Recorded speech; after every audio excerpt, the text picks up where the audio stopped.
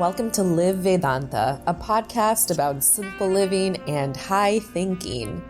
For those of you who might just be joining us, we're on a new season of Live Vedanta entitled Stairway to Serenity, where we're exploring the 100 words at the heart of our self-development. The more we understand these words, the more we can live by them. You can hop into our show notes to catch a link to start from the beginning or to catch the last episode. But before we dive in to today's episode, I wanted to share a little bit about Elevate Her Story. Since 2020, our community has started to support organizations that are facilitating the safety and security of women and children around the world. This year, we're furthering our efforts, aspiring to raise $25,001 to support women and children breaking the cycle of violence and abuse in our Cleveland community. All offerings to the 2023 Elevate Her Story effort will support Journey Center for Safety and Healing. Journey Center for Safety and Healing reaches nearly 20,000 individuals each year in the Cuyahoga County area in Cleveland. Not only do they run a 24/7 emergency shelter, but they also offer a variety of wraparound services to support individuals outside the moment of crisis, including trauma therapy, domestic violence support groups, justice system advocacy, and a whole variety of educational and preventive projects. We have a link in our show notes with more information on how you can donate, alongside details of how to send your donation receipt to us so we can continue tracking our community growth and progress. Okay, today's episode. What do we think of when we hear the word nobility? How can we become more noble? And where can we find these answers?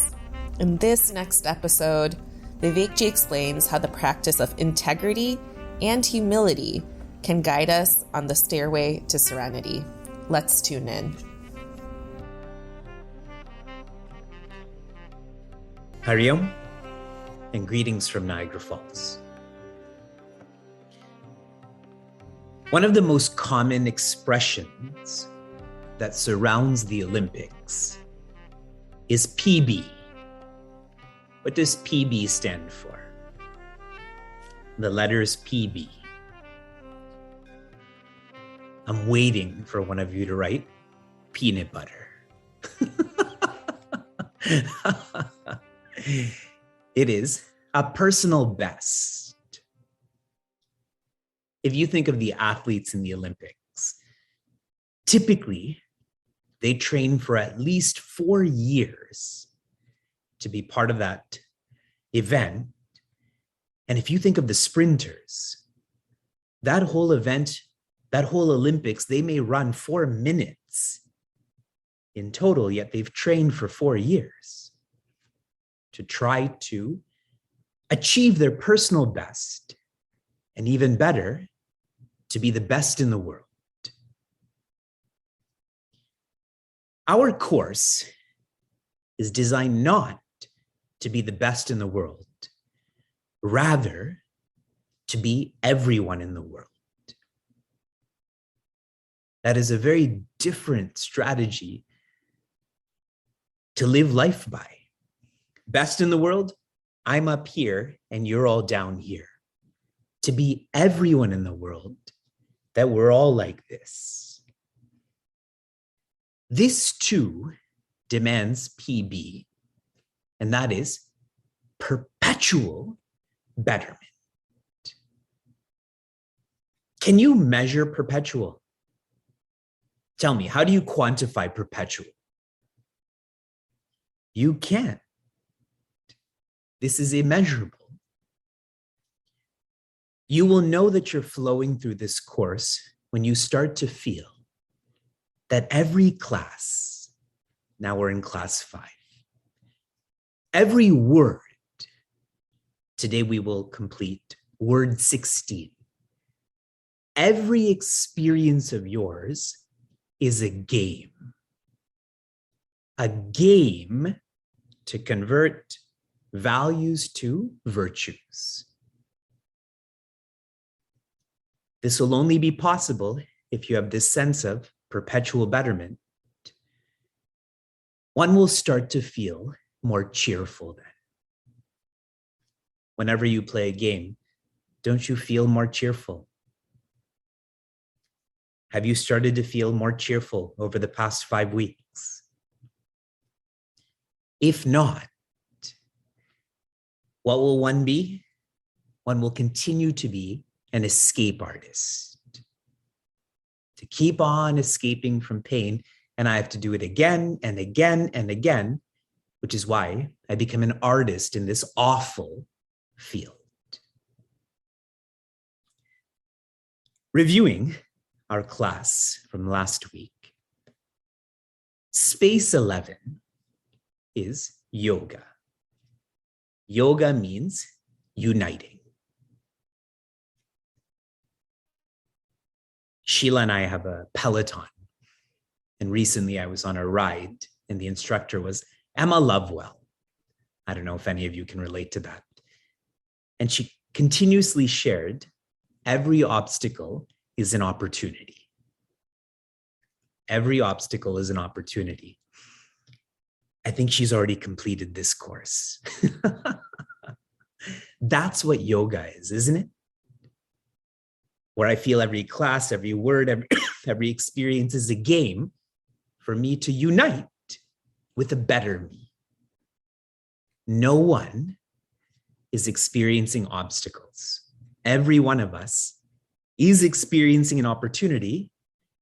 You have to have that bhava or feeling towards that. Word 12, seva. Seva means service. Pujaswami Chinmaya has shared, service is knowledge in action. And obviously that's profound.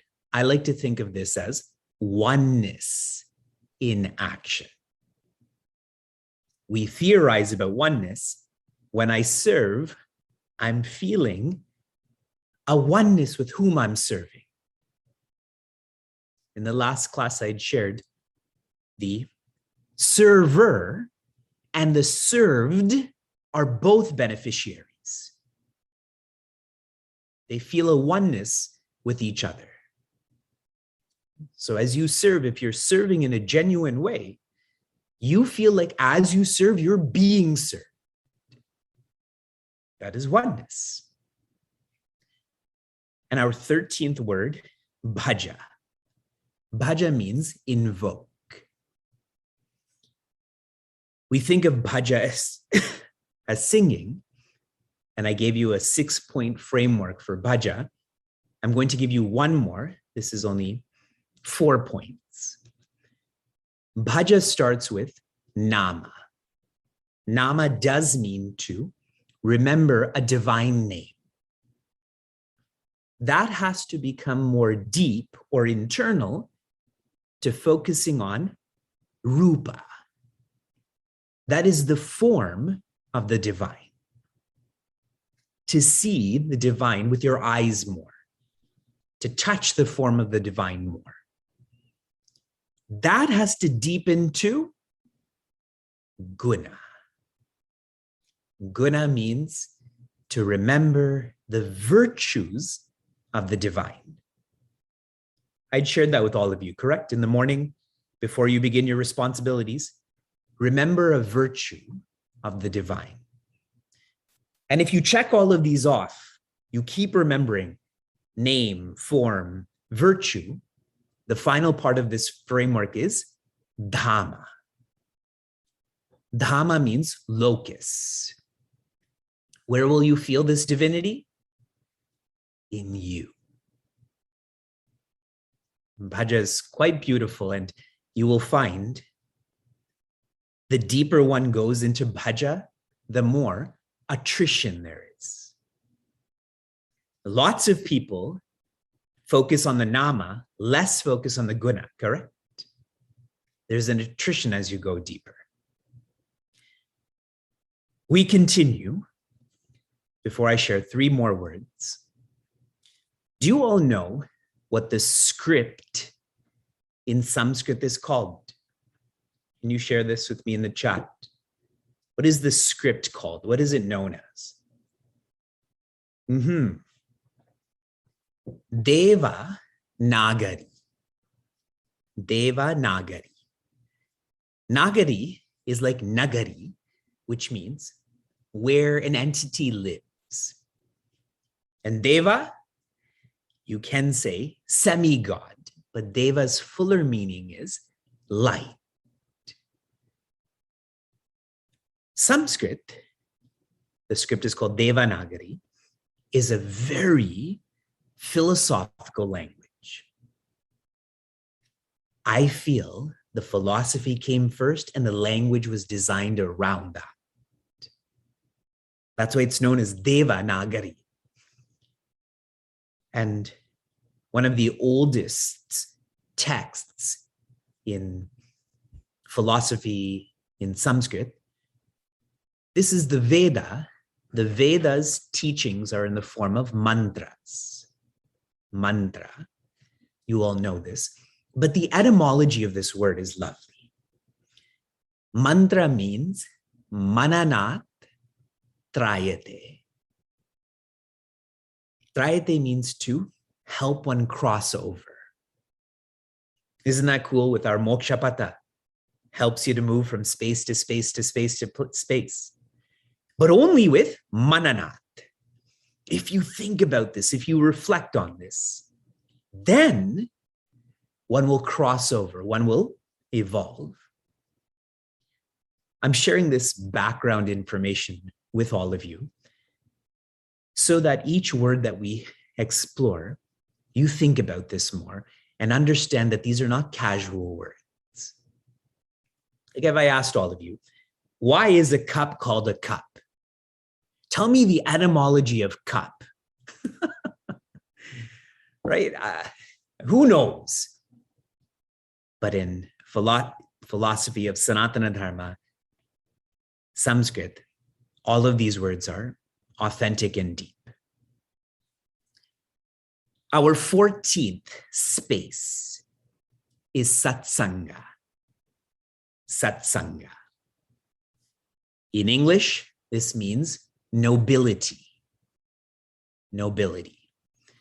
Before I share some insights, whenever you read or hear the word nobility, what do you think of? Share in the chat. What do you visualize? What do you feel? Game of Thrones, yes? Kings and queens, see? What I think of is inclusivity. The ones who are most noble are the ones who are most inclusive. Okay, let me explain more. Every one of us is influential. Do you agree? You influence people around you. What we forget, though, is if I'm influencing someone, let's say I'm influencing my cousins, it's almost like there's a channel open between me and them. If I can influence them, I can also be influenced by them. Correct? If you open a door, you can leave your house, but others can come into your house. Correct? So influential, influenced. Keeping that in mind, we always hear, as you think, so you. Say it out loud. So you become, are, etc. The word I like better is develop. As you think, so you develop. But going into the genesis of this, how do you think? Why do you think? Why do you think this is an obstacle and another person thinks this is an opportunity? It is because of your association. As you associate, so you think. As you think, so you develop. If you associate with those who are virtuous, what do you think you're going to think of? Virtues. What are you going to develop into? Virtues. Yes. So the automatic implication is change your friend circle.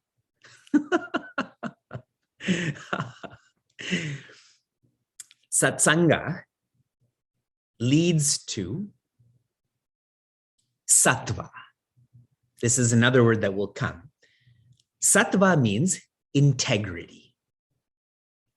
Those who live by integrity, they're sattvic. There's a chain that I'm trying to explain. Satsanga leads you to sattva. Sattva leads you to satya. Satya means ideally. Ideally, which means one who lives by an ideal. I know in English it doesn't mean that, but you get my point, yes? And satya leads one to sat, which means infinity. So share it back with me. We all want to be infinity. I just said that. We want to be everyone in the world, not the best in the world. How does it start? Starts with nobility. Nobility will lead one to, tell me in English, what's after nobility? Integrity. What's after integrity? Ideally. And see, now you'll be very annoyed by this poor grammar, but you'll remember it, isn't it? I was told, and I've never been to such a seminar, I think one of you just referenced this in the chat. There's a few seekers who keep insisting that I go to a Tony Robbins workshop. Maybe they think I'm a bad person or a bad teacher, so I should go to such a workshop. And they shared that before you go, though, you have to have a strong filter, because almost every second or third word that he uses is a curse word, a profanity. And apparently he does this for shock value. When you're shocked, you pay more attention, correct? Like everyone who watches Squid Game. Yes? It's your shock that makes you think about South Korea, correct? And North Korea, etc. Don't pretend like you don't watch Squid Game. I can see by your eyes and your faces. Ideally, and ideally leads to infinity. Okay, trying to make this more practical. Satsanga begins with people. This is called the satsanga, correct? We say Devi satsanga or youth satsanga. This is a satsanga with people. Now, we can't be around people of integrity all the time. Yes? At 10 o'clock, everything will change for you. So the deeper form of satsanga is from people to people's thoughts. From actual people, you can see their eyes and you can smell them, to people's thoughts. Where are people's thoughts found? In books, right? If I want to know the thoughts of Michelle Obama, I've never been with her as a person. I've never seen her or held her hand, but I can know her through a book like Becoming. Yes, people's thoughts. But that has to deepen even more to just thoughts. But now whose thoughts are they? Your thoughts. So where does satsanga finally happen? In your own personality. That's why I use words like integrity, ideally, etc. Okay? So don't be one who's only dependent on people. You have to go deeper. People's thoughts, and finally, thoughts. Can we continue? Okay. Space 15 is Shastra. Shastra. Shastra means scripture. I'm going to give you a review of the course that all of you were in the summer of 2020. A whole lot of you were in that course on Hinduism 101. The first 5 weeks of that course, I explained Let me give you the words first, okay? Brahman expresses as Bhagwan, which expresses as Shastra, which expresses as Sadguru, which expresses as Shishya. You got those 5. Brahman, Bhagwan, Shastra, Sadguru, Shishya. Now in English. Brahman means infinity. That is the second last word of the Mokshapata. How many of you feel infinite? Do you remember the movie Cool Runnings?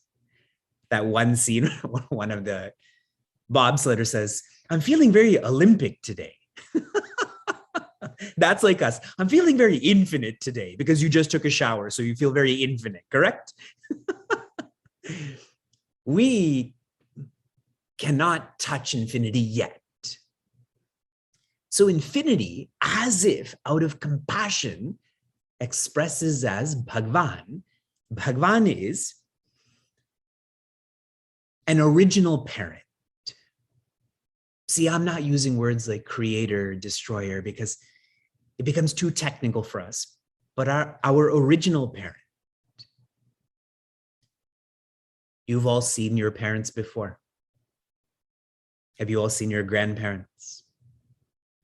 Some of you may have seen your great-grandparents. You can keep on going back, but there has to be an original parent, correct? Has to be, scientifically. That's who Bhagwan is. Bhagwan, out of compassion, because the original parent is still too abstract for us, expresses as Shastra. A Shastra is a map to your original parent. Your original parent is a conduit to infinity. Now, Shastra, like Upanishad, like Bhagavad Gita, you all understand every facet of the Upanishads, correct? You can appreciate every verse of Bhagavad Gita. So out of compassion, the Shastra expresses as one Sadguru. One who is experienced with the Shastra and can guide another. And who are the ones who seek out such guidance? A Shishya. All of you.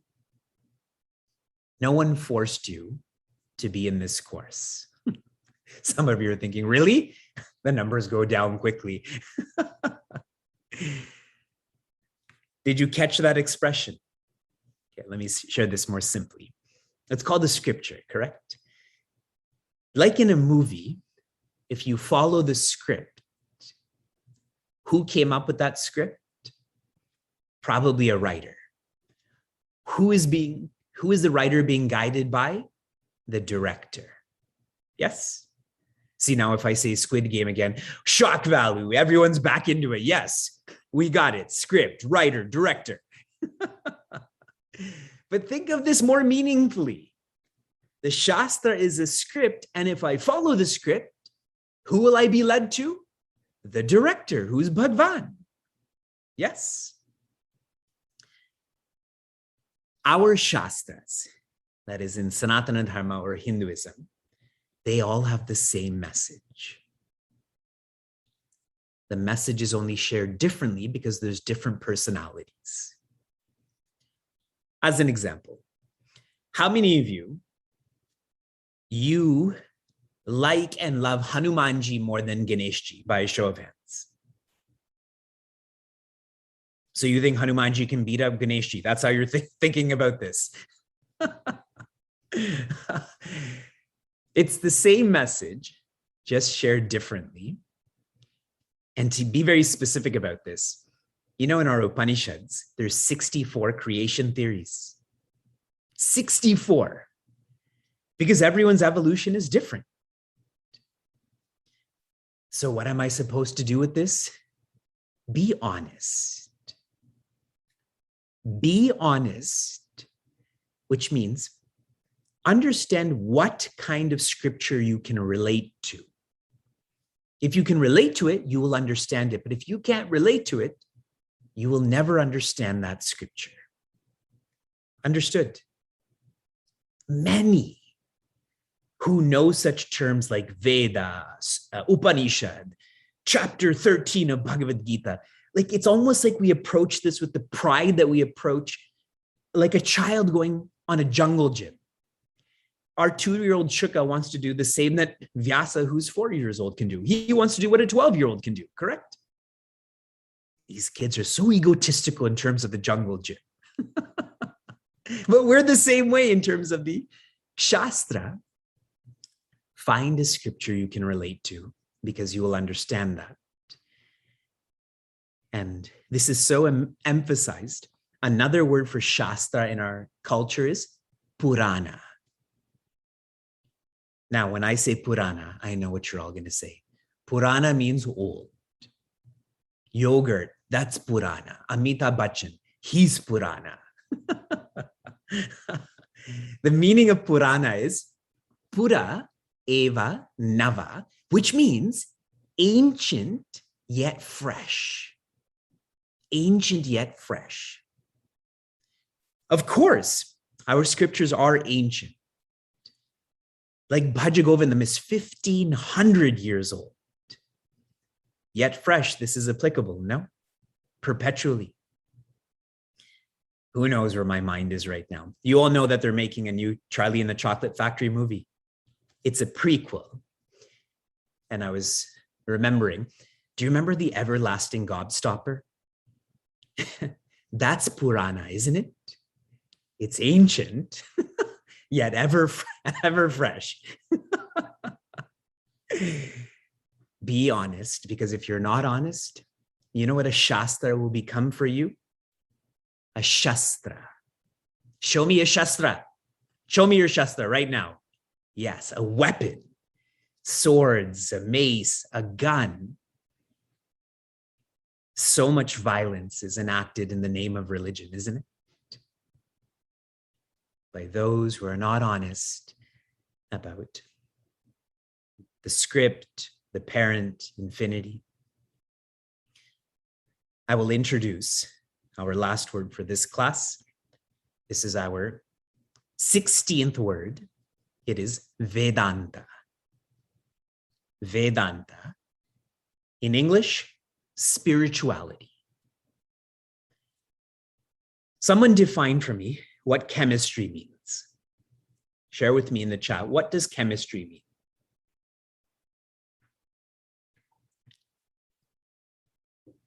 You're explaining this to someone who knows nothing about chemistry. Study of chemicals. Okay, what's biology?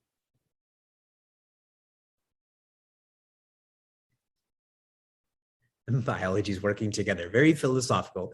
What is it more technically? The study of beings, living beings, correct? Kingdom, phylum, etc.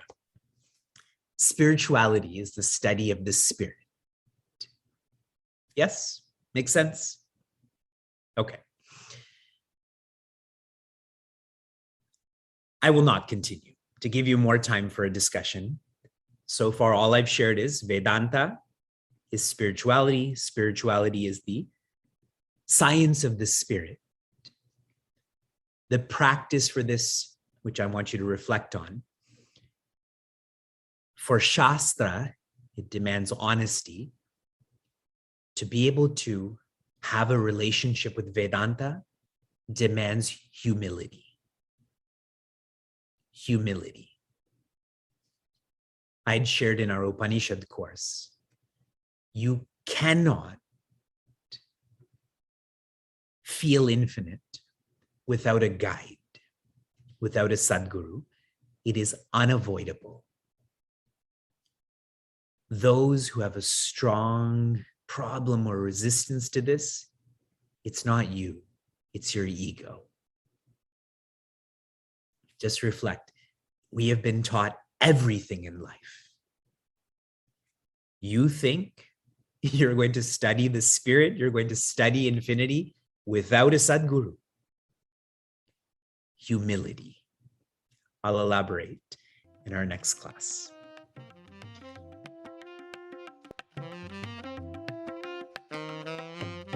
If you enjoyed what you heard or want to learn more, share this episode with a friend or find us online at facebook.com/cmniagara.